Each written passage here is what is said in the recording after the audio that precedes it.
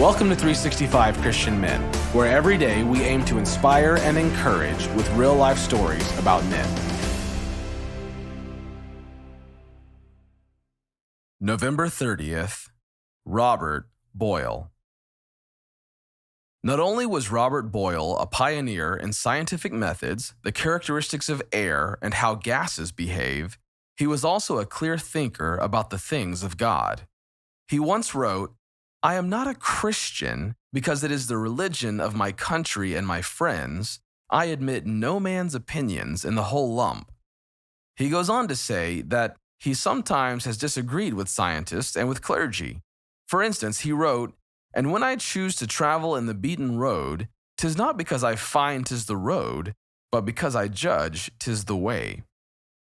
On this date, in 1660, Robert Boyle helped start the Royal Society of London, a group set up to promote scientific learning through experimentation, the first organization of its kind in history. Stand in the freedom of faith and think outside of the box. Anyone who has ever been to high school and done a science experiment can thank Robert Boyle. When he was born in 1627, even the idea of conducting an experiment was controversial. At that time, scientists thought that they could discover things by arguing within the confines of the rules of logic. Aristotle and others had established these rules 2,000 years before. But Robert was different. He wanted to make discoveries by observing nature and drawing conclusions from what actually happened, not by dissecting someone else's idea that was centuries old. He believed it was his duty to look for God's purposes in nature. Nature was God's handiwork, so if you studied it, you would also learn more about God and His goodness. In the Bible, in Romans chapter 1, verse 20, it says, "For since the creation of the world, God's invisible qualities, His eternal power and divine nature have been clearly seen, being understood from what has been made." Robert's inquisitive faith gave him the desire to explore the hidden wonders of science. You probably learned Boyle's law in chemistry class. The pressure of a gas is inversely proportional to the volume it occupies. And it was Robert Boyle who discovered it through this wonderful new idea of experimentation. His early publications detailed how to perform a controlled experiment. Words like procedure, observation, and apparatus began with Robert. He even wrote a long paper on the sole topic of repeating failed experiments to learn from them.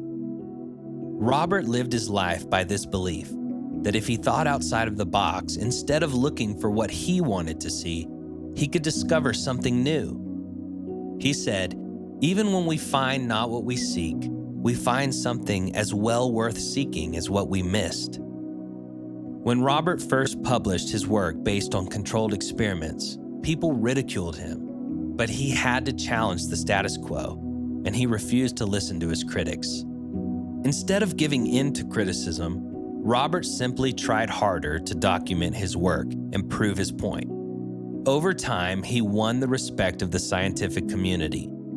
As Robert took copious notes during his controlled experiments and published his results, other great thinkers were drawn to him. A group of them, who eventually became known as the Royal Society, met regularly to discuss their out-of-box thinking and to compare notes about their experiments. Robert continued to experiment and then published the results of his work, and he continued to question. He named his books things like The Skeptical Chemist and New Experiments and Observations.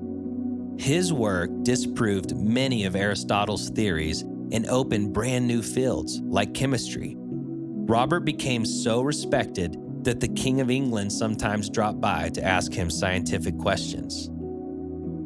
As Robert Boyle became popular for his scientific breakthroughs, he continued to have to fight the status quo.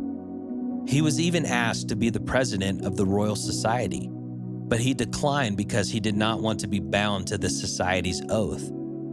The upper crust of England's social structure wanted to draw him into high society, but being popular took away from the things he really cared about. Robert Boyle was a free thinker, and because of this, he changed the world for the better. How can thinking outside of the box expand your impact on the world? Stand in the freedom of faith and think outside of the box.